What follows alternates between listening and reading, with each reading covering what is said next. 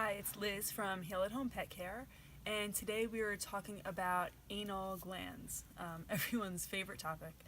So I get a lot of questions about anal glands, and people are a little confused as to what they are.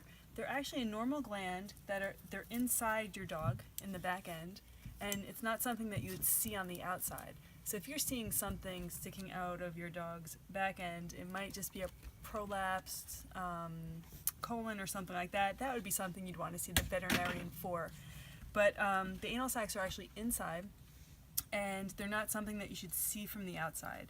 So sometimes people see that their pets are scooting on the ground with their legs out, so they'll have their legs out straight and they kind of do a scooting thing on a carpet, or they're licking a lot or scratching on their back end. That can be a result of allergies. Some dogs with allergies will also have anal sac problems. So if your dog is having itchy ears, they may also have an itchy butt. Dogs that have trouble, the anal sac is actually used for when your dog poops. It emits a scent onto their poop, so they're marking as they go to the bathroom. And when that's not functioning properly, it can get backed up and cause a problem. So sometimes you'll see a little bit of swelling in the area. The anal sac is actually on either side. Sorry, Paco. It's on either side of the rectum, so on the sides. At about, if you're looking at a clock, at about 3 o'clock and 9 o'clock, give or take. And the way to get to them is that you have to stick your finger in there and squeeze.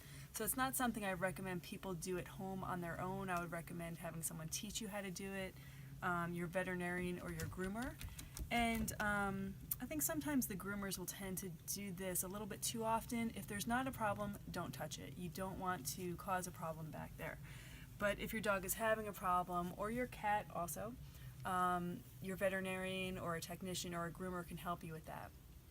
And some ways that you can prevent this from happening if your dog has allergies, trying to get to the bottom of the allergies. Why do they have allergies, and that can help resolve anal sac problems. Diet is a big one. Our dogs don't get the diet that they're used to. They're not eating bones, raw bones, and enough fiber. I think there's a lot of grain-free foods out there, and they're not getting whole grains anymore in their diet. So when they poop, it's either too loose, or if you have an overweight dog, they're not able to squeeze the anal sacs the same way that a normal dog would, so they're not releasing them. So another thing, a trick that you can do is fenugreek seeds. So these are little seeds from the Middle East, and you can take just a little, maybe a teaspoon of them, and just put them in a glass of water and fill the glass with water and let that soak overnight. And your dogs, put that in your dog's food. You can drink the water, you can put it in your dog's water or their food, and that can also help with anal sac problems.